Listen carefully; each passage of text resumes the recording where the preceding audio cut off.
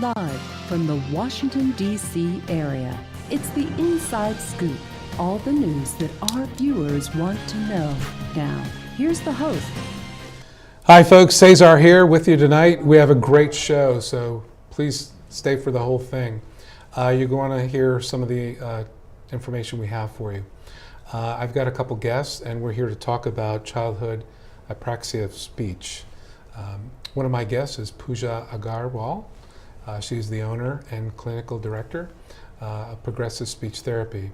And as the owner and clinical director of this leading provider of speech language, feeding the services in Northern Virginia area, Pooja has dedicated her life to enabling healthier, happier lives for the children she serves. It's deeply rooted in evidence-based practice that ensures the best progress. Pooja and her team provide the highest quality therapies of an integrated team approach to ensure her clients receive the highest quality of care to address their unique needs. In addition to that, Jennifer Thompson is with me. She's the mother, a full-time working mom. I believe her son Ethan has CAS, and she found herself on this unexpected journey in the world of special needs upon the birth of her eldest son. Ethan, in 2008, for nearly 10 years she's been an advocate of his, and on a variety of complex medical issues, most notably childhood apraxia of speech. This year, she has taken on the task of leading the DC Walk for Apraxia, serving DC, Maryland, Virginia, and we will have websites, sign-up information, all that a little bit later. So ladies, thank you so much for joining me. Thank you for having us. This, I got to be honest with you, I didn't really know a lot about this issue, so I'm really glad we're here to talk about this. So what is CAS for folks that aren't aware? Yeah, so CAS is childhood apraxia of speech. Mm-hmm. It's quite a rare neurological motor speech disorder. So typically when we think about speech and language disorders, we're thinking about kids that aren't understanding or aren't able to communicate, don't have something to say, or we think of sort of the quintessential kid that can't say his R's, and so he says, I want some Waukee Road ice cream. With apraxia, it's a motor speech disorder, so these kids know what they want to say. They understand everything that's being said to them. They have the language internally, and their musculature all works, so their mouth works. But that connection from their brain to their mouths is, in planning and programming those movements, is impaired. So if you think about speech, it's a pretty complex motor act. Your brain is constantly sending signals to your mouth to change the position of your jaw, your lips, your tongue, the air pressure, whether your vocal folds are vibrating or not. It's one of the most complex things that we do as humans. And with apraxia, it's that connection that where there's a problem. So there's no problem with the muscles and the strength of the muscles or the range of motion, but that connection is impaired. So there are 3 diagnostic criteria for apraxia. One is that children will go to say something and the words will come out inconsistently. So if a child goes to say pancake, it may come out perfectly once as pancake, and then it may come out as papa, or it may come out as pada, or it may come out as something completely different where it doesn't resemble the word, like dadi. And this is just single language children or multi-language or just any? Affects, yeah, it doesn't matter. The number of languages that a child speaks doesn't impact it. And then secondly, we find that children will have difficulty stringing sounds together. So kids with apraxia will be able to say, produce all of the different sounds in pancake, but not put them together. So they could do a p and an a and an n and a k and so on, but couldn't put those words together in a meaningful way that would be intelligible. And then thirdly, the prosody, which is sort of the rhythm of speech, is impaired. So you'll hear kids with apraxia the speech sounds pretty robotic and choppy. So instead of saying pancake, you'll say, the syllables will typically have equal and excessive stress. So it'll be pancake, and you carry that across an entire phrase or a sentence, and pretty soon you start to lose intelligibility. But these kids know what they want to say. It's that connection, and so they're not able to get it out. At what age is it diagnosed and by whom? Yeah, that's a great question. It's a tricky disorder to diagnose. Mm-hmm. You do need to have verbal speech in order to differentiate it from some of the other speech disorders. So you can sometimes see some signs early on, but you really need to have some verbal speech in order to go through the diagnosis procedure. It is a speech pathologist that would diagnose. Okay. It really takes a lot of expertise in differentiating the different ways that sounds and words can be produced and seeing what the disorder is. Standardized testing really falls short here, so there's one standardized test. The one that we use is the DEMS. It's the Diagnostic Evaluation of Motor Speech Skills, and it's in press at the moment, should be published in this November, and more widely available, but it's a lot of pen and paper analysis and takes a lot of time to sort of go through all of these characteristics and see, is that genuinely the speech disorder or is it something else? Right. And because of that, we have a huge rate of misdiagnosis, both kids with false positives and false negatives. So our practice specializes in apraxia, and we get referrals from up and down the East Coast, people coming for second opinions. And I want to say about 60% of the families that come see us with a diagnosis have been misdiagnosed. Oh, wow. Now, Jennifer, was that kind of your case with Ethan, or how was that? You know, Ethan has a variety of different medical issues, and the one that we had been focused most on was the fact that he couldn't walk. So we weren't even realizing that he wasn't talking until he was around 2 or 2.5, because we just were so focused on that. It was his therapist at that time doing occupational therapy that said, Ethan's not talking, you really ought to take him in. And the first therapist that we saw did not diagnose him with CAS. They didn't really diagnose him with anything, but what I remember most is just the amount of effort and lost money that we put into this person that wasn't really aware of how to diagnose him properly. So we feel like we really wasted a couple of years. Fortunately, we found Pooja after some research and have been with her ever since. I think that was 2013 that he started, so he's made tremendous progress and wouldn't be where he is today without Pooja. So, I mean, is it fairly obvious? Because I can tell you, when I went to kindergarten, I only spoke Spanish, and we lived next door to a very Yiddish-speaking couple. So I had a Spanish-Yiddish thing going on, and I was in speech pathology all through elementary school. But this is something very deliberate or controlled by, as you said, the nervous system, correct? But it's a neurological. It's a neurological. Okay. So, how would anyone have detected that? I mean, I guess you said 60% of the time. I mean, with Ethan, usually as a new parent, you take for granted what your babies are beginning to do. So with Ethan, he was just babbling for years. We just weren't putting it together, like I said, but I think, like Pooja was saying, you have to have some verbal speech to start seeing that there's maybe not that pattern where there should be a pattern.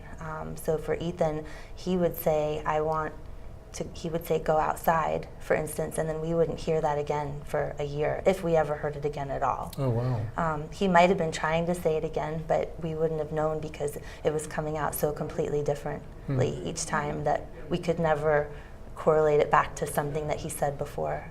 So it's very frustrating. So you were living in the area, and what sort of resources did you feel you had or could have used? You know, we went through Child Find, and Ethan was placed in the early childhood special education system with Loudoun County Public Schools, and that was really great for him. But, you know, as far as I can see, the teachers and the therapists at the school are there to help your child access the programs that the school's offering. That extended therapy that you need, or that deeper therapy that you need, really needs to come from private therapy like Pooja's. So if you don't know where to go, or if you don't have access to private therapy like that, or if your insurance doesn't pay for it, which is a hot button for us, it's not covered. We have paid thousands and thousands of dollars out of our own pocket to have Ethan treated. You do it because you have to do it, but what about the families that really can't afford it? So they're not getting their children diagnosed properly, but also even if they were, how are they affording it? We're really lucky that we can, but we are being strategic about how we spend our money because we have to think about the speech and possible OT and other things. So it's a juggling act for sure. But you just went online and just started to research, right?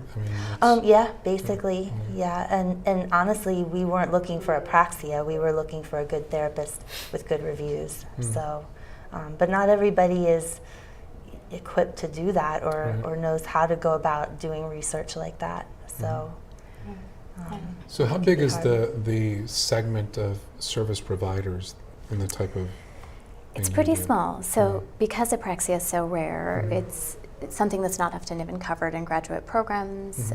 It's really something that people would choose to specialize in afterwards. And it's a pretty small community. So Apraxia Kids is an organization that does some advanced training in this. And every year, every other year, they'll take 20 speech pathologists across North America and do some advanced training. And that's sort of the tip of the iceberg. And then you go on from there. And you have to be a bit of a strange bird to love it. But then you just keep specializing in it, and you keep learning, and you keep seeing what you can do for these families. What's the coverage that you have? I mean, your practice. How many children or families are involved? I mean, are you overloaded or? We do have a wait list. Really? We don't do any advertising or any marketing. It's 100% word of mouth, and we just believe in doing a really good job. Our biggest thing is evidence-based practice. So in our field, sometimes you can find sometimes folks have something to sell. Big companies will have something to sell. And so there'll be oral motor exercises, for example, where families are told that their children's musculature is not intact. And so they will do things to work on the lip strength and the jaw strength and things like that. And it doesn't, all of the research out there says that you don't need that. Doing that isn't going to help in the end anyway. That's not what the deficit is. So we really pride ourselves on evidence-based practice, and that gets really good results. But So what's the waiting list time like? it all depends on the family's schedule and the diagnosis. We do try to triage our families with apraxia, a couple of different things that we sort of specialize in: apraxia, autism, and assistive technology, because we know you can't go elsewhere. Okay. Well, we just started this topic, so we're going to come back to some of these other topics. So I want to ask the folks at home to please stand by. This is pretty important for folks that need the information, so we'll be back to talk about that. Okay, so we drowned the fire, stirred it, drowned it again, and now just feel if it's cold. Yeah. Cool.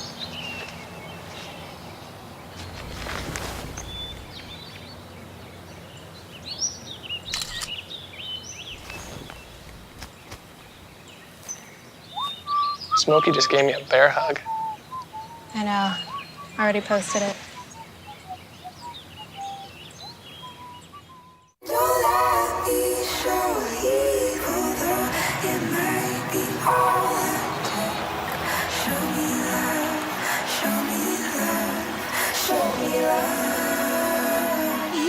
I got a crick in my neck, limp in my step, cramping in my muscles every time I try to flex. But I don't wanna get up. Very sad, no more love. All that I could do was remember you. You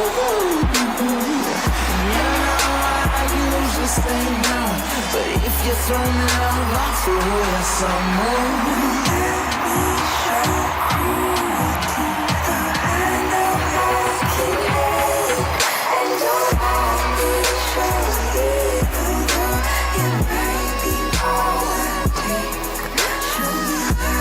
It's a big responsibility. Oh, it's huge. I know, it's huge. And the salary. Oh my god, yes. I mean, Right? like, I was about to move in with my parents, and right before, so this saved me. I really believe in you, you know? Thank you. It's nice to hear that from someone. These are cool. Did you, what did you?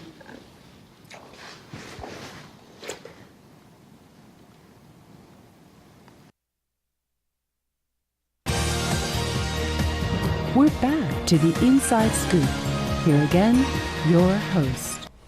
Hi folks, Cesar here. Welcome back. I'm here with our guests Jennifer and Pooja, and we're talking about childhood apraxia of speech.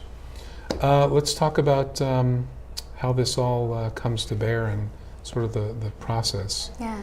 So once kids have a diagnosis of apraxia, then we're looking at some pretty specialized therapy and very different from what traditional speech therapy looks like.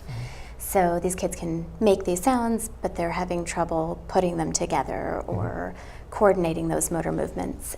So it's intense therapy. It's 3 to 5 times a week. Traditional speech therapy is once to twice a week. So it's a pretty big commitment. It's a lot of practice with the targets, with the movements. It's a lot like working on a golf swing. So you could know exactly what to do, but you have to practice that motor movement over and over and over in order to get it. So really looking at that. And then the underlying sort of basis of apraxia therapy is the principles of motor learning. And it comes from motor learning literature, just like how you would swing a golf club or something like that, applied to speech. So how do we get a child's brain to tell their muscles what to do and what muscles to move and with what amount of force and how much to contract and how fast and how far to go and when to release. So all of that, so it's based on the principles of motor learning. There are only 2 really recommended evidence-based therapy approaches, and unfortunately they're the least known out there. They're freely available. Continuing education is freely available by, so there's DTTC, which is Dynamic Temporal and Tactile Cueing out of the Mayo Clinic. Dr. Edith Strand has put that together and has a website, childapraxiatreatment.org.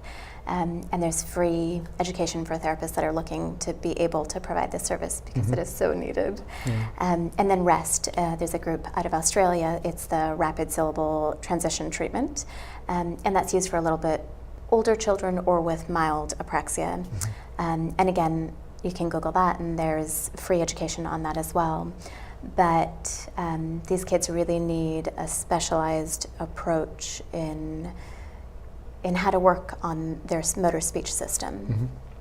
And with that approach, you can see really pretty beautiful results. That's good. Yeah. That's what we want. Yeah, yeah. So what sort of activities are you engaged in to help spread this word? Okay, so I was asked by Apraxia Kids. They're the nonprofit organization that sponsors the walks across the country. There's about 80 now. During each year. I think it started in Pittsburgh in 2008 or something like that, where they had their first walk and it spread everywhere. So it's really led by moms like me a lot of the time that donates their energy, and we've formed an awesome team this year, and it's my first time doing it. There's a lot of work behind it, but you know, I'm a huge advocate for Ethan and what the walk stands for, and it's really about bringing people together. Apraxia can be a very isolating type of almost a disability, if you will. I mean, you hate to call it that, but it is a little bit of a disability in the beginning, and it's very isolating. You know, your child acts a different way. They're missing social cues that most kids grow up with. They don't understand how to play with other children. They get mad and frustrated and throw and have tantrums, and you tend to feel the stares more than I think the average parent. And your child looks perfect. It's not something that you see, it's invisible. So bringing together awareness for it, for the apraxia of speech, is just really helping us moms and dads and families to not feel so alone. Apraxia doesn't happen to your child, it happens to the whole family unit. Sure. It's something that we deal with on a daily basis. All day on the weekends, we have to split up sometimes because of the sort of that ripple effect of the behavior, even of just not being understood. And I always use the example of if you couldn't talk, you couldn't have even asked me these questions. And Ethan's been doing this for almost 10 years. I mean, he's got a little fire in his belly, and he's our hero. So we're doing the walk for him, but also so that all these different parents don't feel so isolated, that there's other people out there just like them. I would just caution, don't compare your child with apraxia to another family's child with apraxia, because they all kind of improve at different rates. I mean, for Ethan, he's now talking at 10 after his whole life of basically not talking, and other children are talking at 3, you know, or 4 or 5, and we're all just as happy for their kids too, but there's a pain there when your child hasn't said mama until he's 6. So that's why I'm doing the walk this year, and I'm pretty excited about it. We're gonna have a lot of great activities for the kids. When is that walk again? The walk is October 21st. Okay. It's gonna be down on the National Mall. It starts at about 9 o'clock in the morning at Constitution Gardens, and on a Sunday there should be plenty of parking along the streets there if you get there early, and we'll have face painters and a character will come visit. The mounted police is going to come by for a visit. Oh, fun. Yeah, we'll have crafts, and we'll actually do a walk. We have an opening ceremony, and the kids get medals and things like that. So, Very cool. yeah. I'll ask the team to put up the website to that, so we'll make sure we drive Thank you. some attendance there. Yep, great. Well, that sounds like a good network. How often is this? Is it once a year? This is the first time you're doing it? For the DC walk happens Yeah. once a year. Okay. There's other nearby walks, I believe, in Baltimore maybe, or Richmond, but this one serves Virginia, Maryland, and DC, and we welcome everybody to come. It's going to be a great time. Usually, I think we're up to like 10 or 11 teams at this point, but it'll explode in the next couple weeks. But Very good. Very good. So what other things can families and the audience know about the services or the? Yeah. I think one of the things that I stress with families is just really being an advocate for your child, not falling prey to things that are being marketed and sold. There's no box of cards that's going to fix this. There are no horns or whistles that are going to fix this. It really is a lot of work to do this, but there's hope at the end. These kids really do end up speaking, and sometimes it takes 6 months, and sometimes it takes years, depending on what's going on in the severity and other components. But for parents, I would say advocate for your child and ask questions, and if you are not getting the answers if the answers don't seem like they make sense, then keep asking until you feel confident, because it's your child and they have, money is something that you can always re-earn, but time is so precious, and so you don't want to miss opportunities. And on the note of finances, a lot of times insurance will cover therapy, and Apraxia Kids has some great information on their website about appeal letters and what you can do to work with your insurance company to get that therapy covered. It's sort of, it's hit or miss. We have families that get no coverage, and then families that get 100% coverage, but advocate hard. So, Jennifer, Ethan's speaking a little bit better, or he's communicating? Yeah, he's speaking. The difference with him now is he'll speak to you too. You know, before he would just speak to us, or if he's forced during therapy to speak. But now he will come to you and he'll say something to you. But again, that missed reciprocity as far as social interaction, he's got to catch up on that. So it's awkward for him, and he's still a little bit unintelligible at times. So it's still a frustrating thing. He's got a long road, but he's doing great. So it's counterintuitive, but hopefully there will be a time where you wish he didn't speak as much. Oh, I mean, yeah, no, we say that now in the car. Okay. Mommy, mommy, mommy. Yeah, he's big into emergency vehicles, and he wants to see go back and turn around and see all the fire trucks that just passed, and yeah, so he's talking a lot. It's great.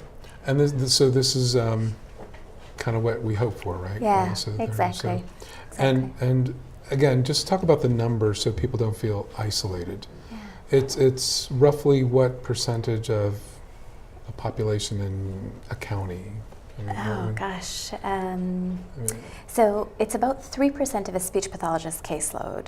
Okay, So which is, if you're looking at 3% of all speech language disorders, so it's pretty rare. It's really This rare. is really rare. Wow. Yeah. So that's why you feel isolated. 'cause Right. It is so rare. Wow. And then it's often misdiagnosed, and so families will be speaking with other families on Facebook, which is a great medium to connect, but you may be connecting with families that don't genuinely have the diagnosis. So you see that progress or lack of progress, and it can be disheartening or falsely, it doesn't necessarily match up with what's going on with your child, so it can be tricky. But hopeful too. Sometimes you can get some really nice connection and some really nice nuggets of information.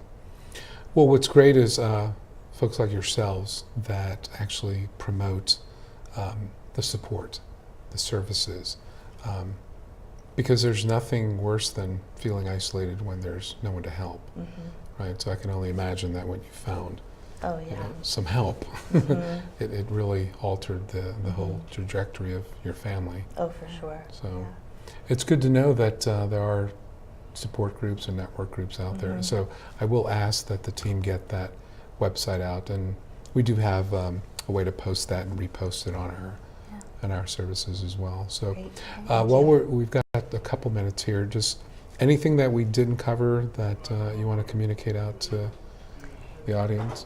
Do you want to talk about Ethan and his iPad? Oh, sure. Yeah. So one of the great ways to kind of bridge the communication gap before your child is actually speaking intelligibly is through the use of an iPad. The therapist uses an app for speech and models how to use it to the child, and the hope is that they start picking up on that and use it independently to repair different types of breakdowns, which I'm starting to sound like a therapist. Yeah. So, if Ethan wants to go to the store and buy a ball, he would just scream at me before, but now he can run and get his iPad and tell me he wants to go to the mall, like specifically by using the buttons on the iPad, and then the iPad will speak. So we call it his talker. So. Very cool. Yeah, it's pretty great. So that's like an emerging technology here, sort of mashing. Yeah, even if I look at when I was in grad school, things looked very different, but with the advent of iPads and iPads being so readily accessible, there are all these communication apps. Now, you do need to look carefully to see which one matches each child, and when we do evaluations, we'll invite in multiple vendors to figure out exactly what the best match is for each child. But it takes a child who understands what's being said around him and knows what he wants to say but can't say it to having a language it's a translator. in front of him. Right, exactly. The future's great. Yeah, it's pretty amazing. The future's hopeful. Yeah. Well, that's a good closing story. That's a good feel good. And just as long as he's got an iPad that doesn't have a lot of games on it, you're in good shape, right? Yeah. I want to thank you so much for coming on. I know it's sometimes a little stressful, but this is helpful for other people. Hopefully someone would have seen this and taken some value. So thank you. Thank you. Folks, thanks for these 2 segments. We got a couple more coming up, so please stay with us, and we'll be right back.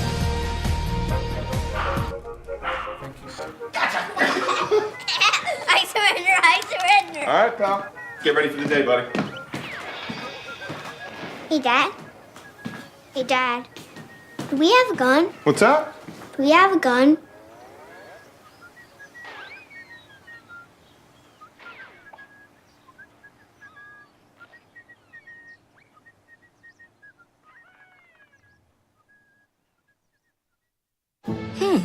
Maybe you can make retirement happen.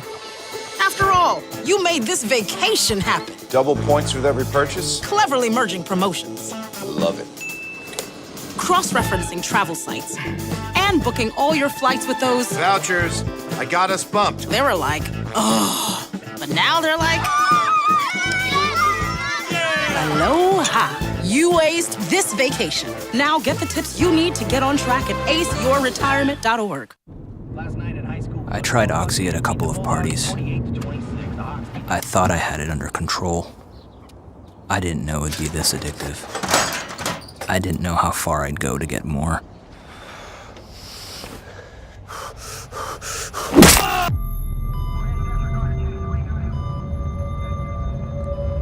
Opioid dependence can happen after just 5 days. Know the truth, spread the truth. What to expect when you're expecting. Like here? A teenager. Today, I'm going to show you how to team-proof your home. First step, hide the car keys. preferably somewhere they would never look. Challenges will come up. Be ready for them. Hi, honey. Ready for the... Mom, you don't use mannequins in the mannequin challenge. You don't have to know it all to be a perfect parent. Thousands of teens in foster care will love you just the same. We're back to the Inside Scoop. Here again, your host. Hi folks, Cesar here with you again. Joining me is my next guest, Rowland Taylor. He's a advocate, he's a grassroots kind of guy, volunteers for a lot of things. He's a good man, good friend of mine over the last couple of months here. And he's running for the Herndon Town Council. So I thought it'd be interesting to have him on as a guest and have him tell us about how Herndon's going to look like if he gets onto the council. Rowland, thank you for joining. Well, thank you for having me. I really appreciate Absolutely. it. So the elections are in November for the town of Herndon. Now that's a switch from our original election cycles, which are in May. For the audience members, Herndon is just an amazing community. I selected it, having 4 children, going through all the community activities and sports and programs, our parks. It's just an amazing community, and we chose it for that kind of family community spirit that it has. And our children have gone through all the public schools. My wife Kathy and I have done Boy Scouts, Girl Scouts. We've coached baseball, still coaching girls field hockey. Any soccer in there? No soccer. Okay. The last is a senior this year, and she's varsity field hockey okay. at Herndon. Right. So we're still close. We're on a rectangular field. Okay, that's good enough. Close enough. Close enough on it. So Herndon really is an amazing place, and we've tried to give back to the community and volunteer activities. I served on the Herndon Optimus board as president-elect and vice president. Our HOA in Hunters Creek, I've served as a board member, as vice president, as president. Been active in the community. Again, it's just a great community spirit there, and so everybody tries to contribute where they can.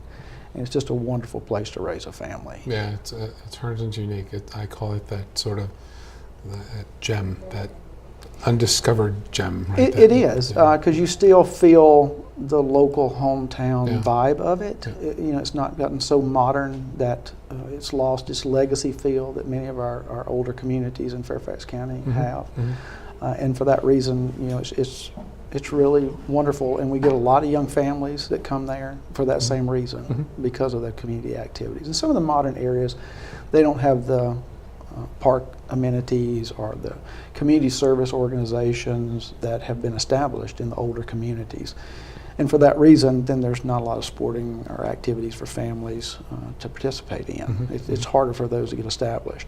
So in the legacy cities, you know, that we have in Fairfax, those are our community civic organizations, laid those foundations many years ago. And they're still there today. But they need help, and it is hard to get volunteers. So I encourage everyone in their town to get active in the community and help with the youth activities. It's so energizing to work with the youth. We really enjoy it. There's different levels of giving back and volunteering. Obviously you have a great history and a track record of doing that, but running for council is a little different tier, right? What made you decide to run again, right? Because you ran, I believe, last time, correct? The first time that went to the November cycle, then I ran for office, and then chose again with the children aging out, so it gave me time, activities that I'd normally spent with my children, then I could resort to go into the community and work at a higher level where I could. But my background is originally from Louisiana. I worked in local law enforcement for 20 years, so again, community spirit, volunteer fire departments, you know, very raised in an active community. Family always supported community activities. For that reason, you know, that's why I'm attracted to communities like that. After 20 years of law enforcement, then I was selected to go to a State Department program for the United Nations in East Timor, where I was the UN Deputy Police Commissioner in East Timor. And from there I worked in many law enforcement, rule of law programs from Kosovo to most recently Afghanistan. So I've worked in multicultural levels, you know, at the world level for many years, in consensus building, listening to people, different religious, secular views, different ethnic origins, class, any issue you can imagine. I've been in those type countries. There's some pretty tense differences. They are, and they're very historical, much older than our country, between some of the divisions between them. And for that reason, I've gained a lot of consensus building, listening skills on the world stage. I'm also an academic associate criminal justice professor. So again, in classrooms, I try to have a safe environment where listening and encouraging people to share ideas in a constructive way. And I think all of that is conducive to representing people in the local government. And so I bring those skills and offer those skills to the town council. That's great. I think we may have talked about this before, but true democracy only works if all voices are heard. Right? Absolutely, because it always starts as an innocent thought process that a few know the best for the others, but as we've seen throughout history, that becomes very isolating and chilling and disenfranchising to other parts of the community, and sometimes that those choices should be made by the people involved, not necessarily the people that rule, and that results at the very smallest parts of democracy. And so for that reason, in our town elections, especially, and I think in all the towns, in the nearby area that have switched elections from May to November, although they are more inclusive in numbers, then it also lends them to partisan politics. In our local level, we shouldn't be partisan. There is no place for partisan politics. When I'm coaching children, when I'm stopping to help someone, I'm not reading bumper stickers. I'm not asking what you believe or don't believe. You're someone in my community, I'm going to help you. If my house is on fire, you come to my house and I go to your house if it's on fire. We shouldn't be separating ourselves at the local level. There's too much divisive politics now, and it's got to stay at the higher levels. But if it gets into a community, and unfortunately when you move your elections to November and those cycles, it creeps in. It just creeps into the local elections on it. Yeah, and I got to tell you, full disclosure, I had a hand in helping people get elected and helping move those elections. But I can tell you the echo chamber that kind of exists now, that wasn't the desired outcome. Yeah, and again, I don't think any of the people on the council, I respect their contribution to the community. I think they're good people. If anybody campaigns on my side that says anything negative, I'll put a stop to it. I'm not for that type of deal. Again, I want to be inclusive to all people. Yeah, that's good. But what's not healthy is when we get into 6 like-minded people over the course of almost 2 terms and no opposing votes. That means in hundreds of people that appeared before the town council, not once were they swayed by anything that the citizens had said. Doesn't mean they don't. I do believe they listen and some others. But the track record, when you make it partisan, you run a block ticket, you take political endorsements, party endorsements for town elections, which are nonpartisan and don't even list the parties on the ticket for that reason. That was why they were historically set that way. It's just not healthy. Again, I don't think it's bad intention, but it's not healthy. Yeah, I think it also depends what your background is. You're coming from a much different background than some of the existing members that serve. I have a business background, an executive leadership role. So in a startup growth, sort of this merging growth pattern, a contrarian view is valued. You need it to survive and grow a business, an organization. But it's not necessarily a hard, fast requirement when you're serving in a body. But I think, to your point, if you don't have that discussion, if you don't have those opposing views, the contrarian view, you do tend to have this group think. That doesn't really serve anyone. It serves a fewer and fewer number of people, and maybe that's why you have a lot of people that feel disenfranchised. It is. So if you go and you voice your opinion, you speak your 2 minutes before a town council, and taking your time to come there and be a part of the democratic process, and then after all that you feel like you've not been heard, then again it disenfranchises, it chills them. They won't come back. And although you've got a public hearing, if people don't feel a part of the process, they're not going to come. And so when you listen, you're not actually listening to all the people because they just feel closed out. And again, over time, that just slowly starts to happen, whether it was an intention or not. And then we're really not listening to everyone. So then it makes it harder to go out in the community and hear that. And that's why it's important to knock on doors and talk to all citizens and hear their views. Yeah. And it's been quite interesting. I think one of the things that, and I don't know if we've talked about this, but there are work sessions and then there are public hearings, right? You're not allowed as a resident to talk at the work sessions. You can talk at the public hearing, but if you think about it, the work sessions where the stuff happens. By the time it gets to the public hearing, you have your 3 minutes or 2 minutes or whatever it is, and then there's a vote. Wouldn't it make more sense to have an open work session or a couple work sessions on issues where you can have that give and take input, feedback at that point versus having to go to a public hearing? I absolutely agree. More so, currently the way it's conducted, it's in a side room for the work sessions. And even though the public is not there to hear, to speak, they can listen. So if I can go and listen by my own, then why can't we have it in an audio video session in the main chamber so everyone can hear? Yeah. And that's just important to do. So I agree with you totally that people need to hear and see the work sessions. That gets them motivated to come and gives them better education. But again, on key issues, we need to have multiple sessions of it. There's not a rush on it. Yeah. And we do need to let people have time to hear about it, let it digest with the community, and then listen to the different views of it, and then feel welcome enough to come. So I think that's key too, because I know you've been going to meetings. I try to go, and you see the same handful of people at every meeting, and it's great. I mean, we want that type of involvement, but there are 25,000 people in a town like that, and although there's maybe 10 or 11,000 registered, those half a dozen that constantly show up at meetings, I will argue, aren't representative of the entire town. No. So how does the town then leverage all that diverse view? I mean, what needs to change? What needs to happen there?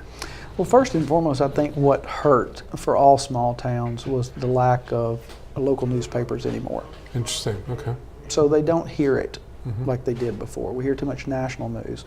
We don't hear enough local good news stories and know about current events on it. And so for that reason, that was the first line of communication, was your local journalist who covered the local beat and the local town council and publicized that.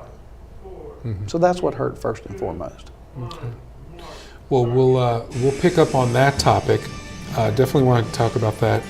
When we come back, I want to get into some of sort of your hot button items, the initiatives you want to help champion going forward.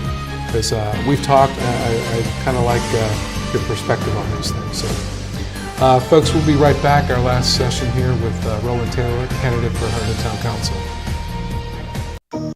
This is the story of a boy who is very sensitive to lights and sounds. So he built secret hiding places where nothing could get in. The boy didn't like looking people in the eye. It made him feel uncomfortable. One day, he found out he had something called autism. His family got him help, and slowly, he learned how to live with it better.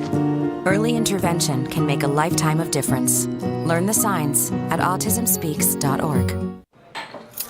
What do you think you're doing, Kevin? Was just gonna drive home. There are several warning signs present that you shouldn't be driving. Like hearing voices? Like your text-to-emoji ratio? Oh man, the selfies. Selfie, nailed it. We all have warning signs that let us know that we're probably not okay to drive. Mine is pretending to be your subconscious. Craig, come on man, let's put a ride home. Being a dad is an adventure full of special moments. A cruise? Surprise! Unexpected moments. I got this. And even awkward moments. Okay, Dad, thank you.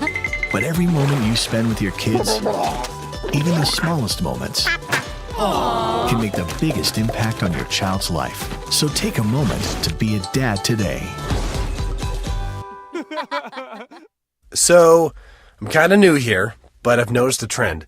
My human does this funny thing where she goes around and gets all my toys, and then she hides them in that basket by the door. But it's always the same basket, and it's always in the same place. And then she acts so surprised when I find them, but, she's putting them in the same basket. Again. It's like, hello, that's where you put it last time. You were the worst at hide and go seek.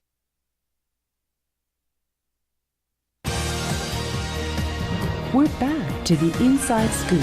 Here again, your host. Hi folks, Cesar here. Thanks for coming back. We're here with Rowland Taylor, candidate for Herndon Town Council.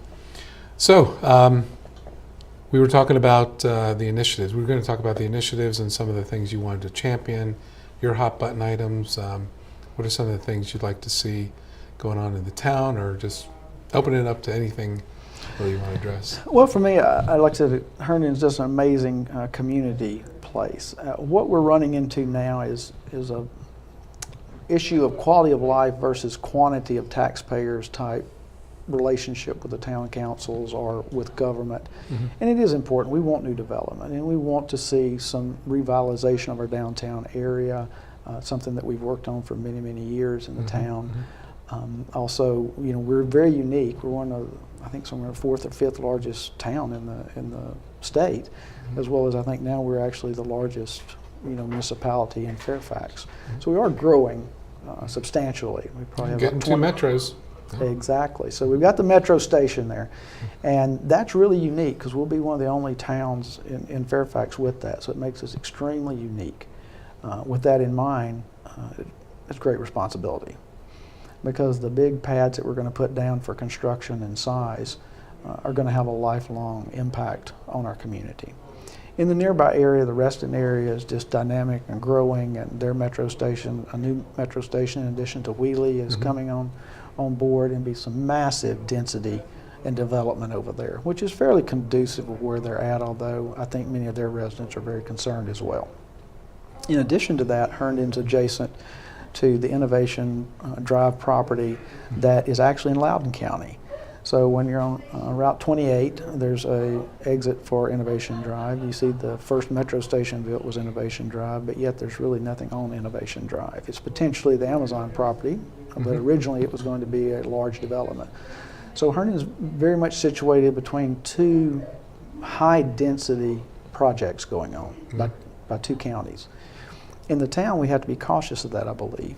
Many people, I think the area kind of shows us that lower density is higher home values, higher density is just higher taxes when it's all said and done. If there's a belief that you bring these more people, they're going to pay more taxes and taxes will go down, I've never seen that. For that reason, we have to be careful.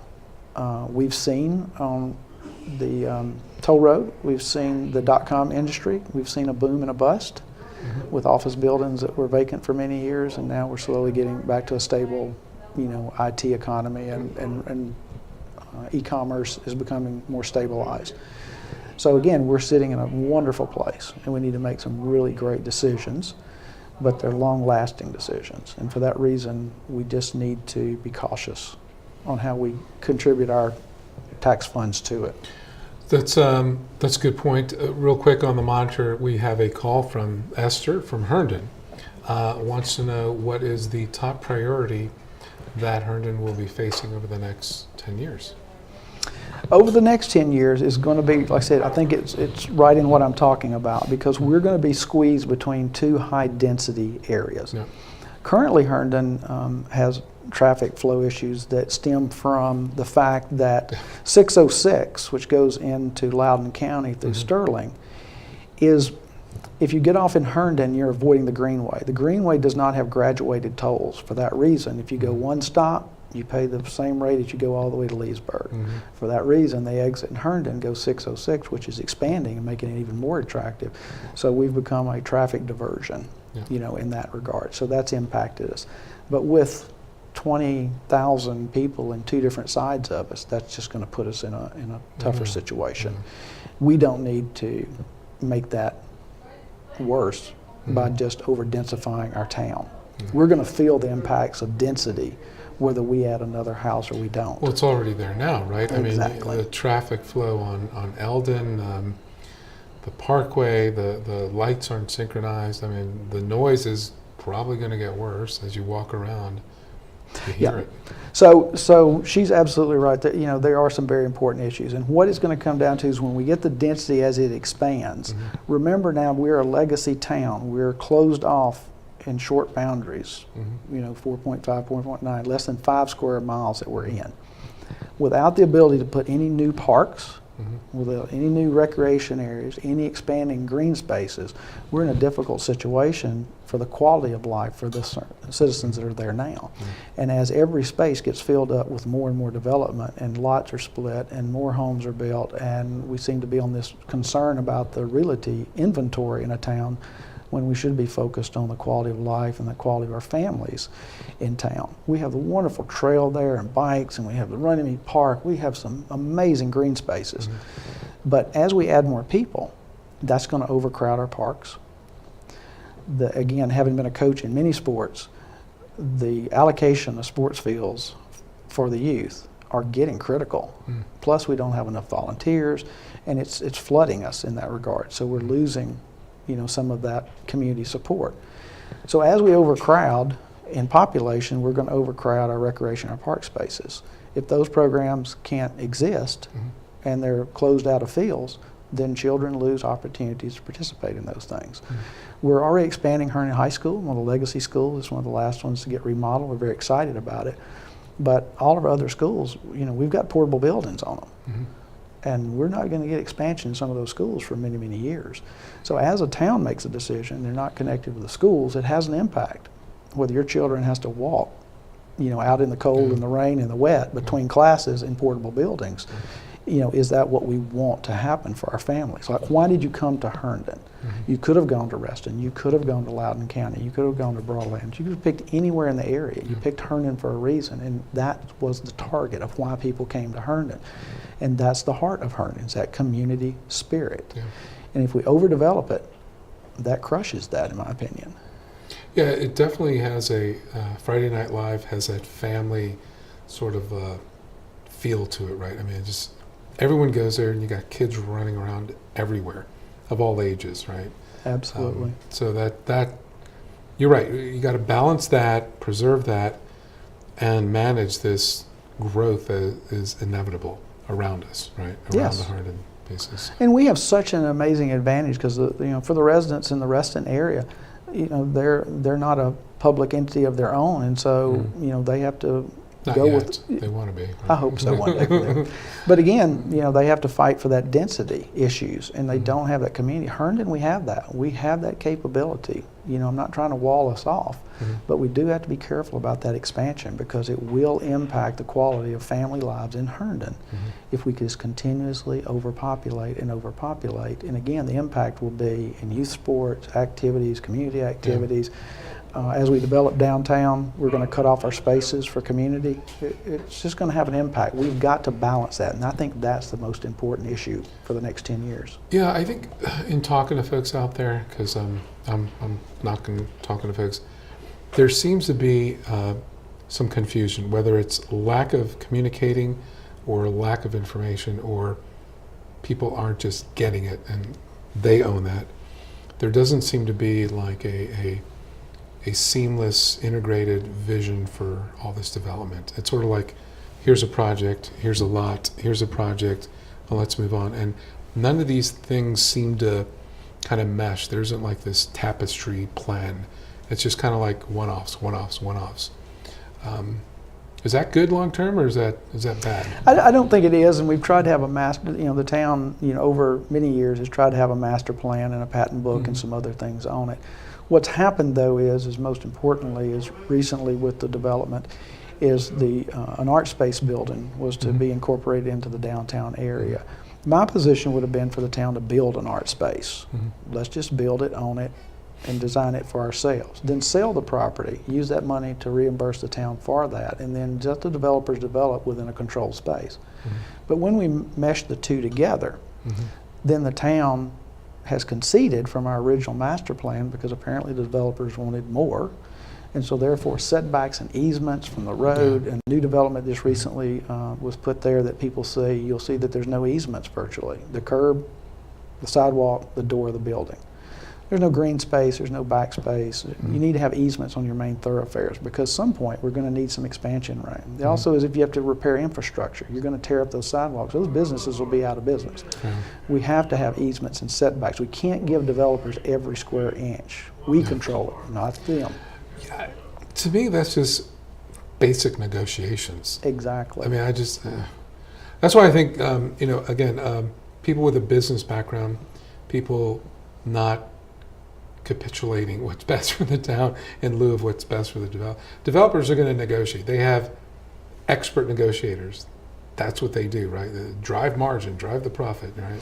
Yeah, our town attorney can't withstand, you know, a panel of attorneys from large developers. At some point, we'll just be outgunned on it. And again, at the bottom line of it is they're going to get their money, they're going to leave the town, and they're not going to have any vested interest in it after that. And for that reason, we have to decide, you know, what's the most important. And it's not a new fancy building all the time. And our demographics are very different.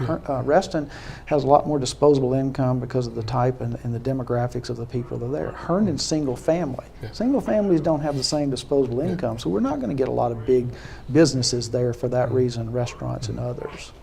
Yeah, I think that's, for me, that's key, right, in terms of how, well, at what point there needs to be an epiphany.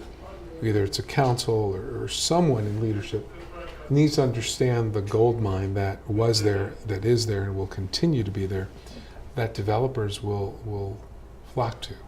I mean, they're going to want that. Yeah, and the other dangerous issue to remember is just economically, because Herndon is independent town, then our taxes are on addition to the Fairfax County. So what could happen is, as our property values do rise, but then our taxes increase, people will choose to live right outside the edge of Herndon and use our amenities, but yet not. And so therefore, our homeowners will have a difficult time, you know, selling properties when they do get ready to at some point. So it does have an impact. Yeah, I mean, I had someone explain it to me because I was in the camp that, oh, it's all good. No, if you're on a fixed income, if you're barely making it, that increase is not a good thing. And again, it's balancing that with the future development that's coming. And it's not all good when, you know, the future sort of leaves people out, especially people that have owned and lived in their homes for a lifetime, right? Exactly. So. They're our legacy families that built the community we have today. Yeah, we've got to respect them. Yeah, you can't push them out, and that's I think for me the property tax and the personal property tax, that stuff should be off the table in perpetuity. I mean, exactly. So it's definitely there. Well, thank you so much for coming you. on. I appreciate Pleasure. it so much. I do wish you well. Wish you luck. Thank you. I'd like to see you get on there, so I appreciate bring it. some of that ingenuity and thought, independent thinking. Well, we need to bring some new voices on, absolutely. I agree. I'm with you on that. So, folks, thank you for joining us, and please look out for us again. So they're rolling credits now.